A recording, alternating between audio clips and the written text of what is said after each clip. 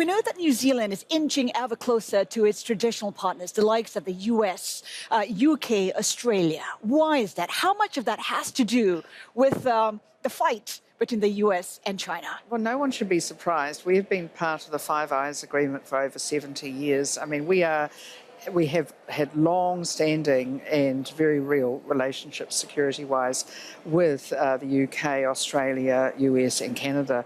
So no one should be surprised. We also have good, strong relationships with Singapore and Malaysia as part of the Five Powers relationship. So no one should be surprised. And just like Singapore, we are always very aware of tensions in the world and that we need to get on and trade as well. So, we're just having to walk that line, which Singapore does. But it is a China that wants to spread its influence, including in the Pacific. How worried are you about that? Well, I think we need to be very aware that New Zealand has a role, as does Australia and other countries in the South Pacific in particular.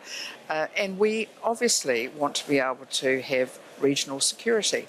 So in terms of China, there are opportunities for China to work with nations that have already got long-standing commitments in the Pacific, rather than to not do that. So we think it's very important that we respect those Pacific nations, that we ask them what they need, that we help them where we can, and that we respect them as sovereign nations. And it does not do anyone any good if they're not absolutely sovereign. But how challenging is it, given that China, it is, New Zealand's largest trading partner?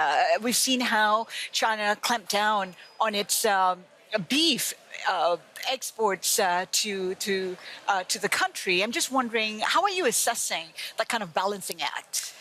Well, of course, financial security is something that is top of mind for many New Zealanders, but of course there is no financial security without actual security, and we certainly know that. I mean, I think we are doing a very good job of working with China and with our traditional security partners as well.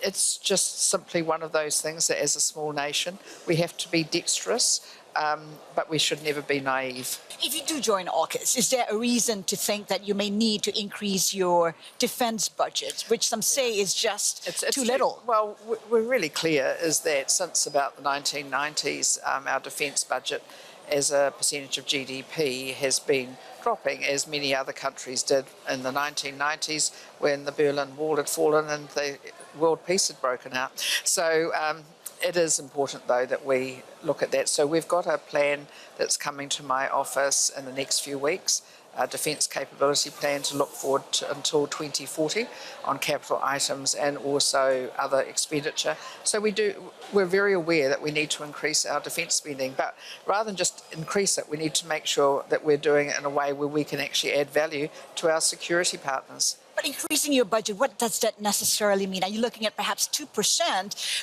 as recommended by NATO, for instance? Yes, well, the Prime Minister, Chris Luxon, has been very clear that we need to move towards that.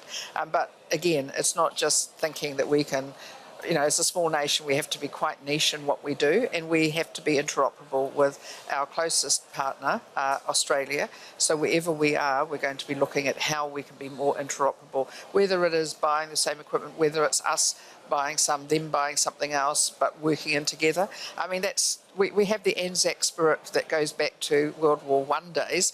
We still work very closely together.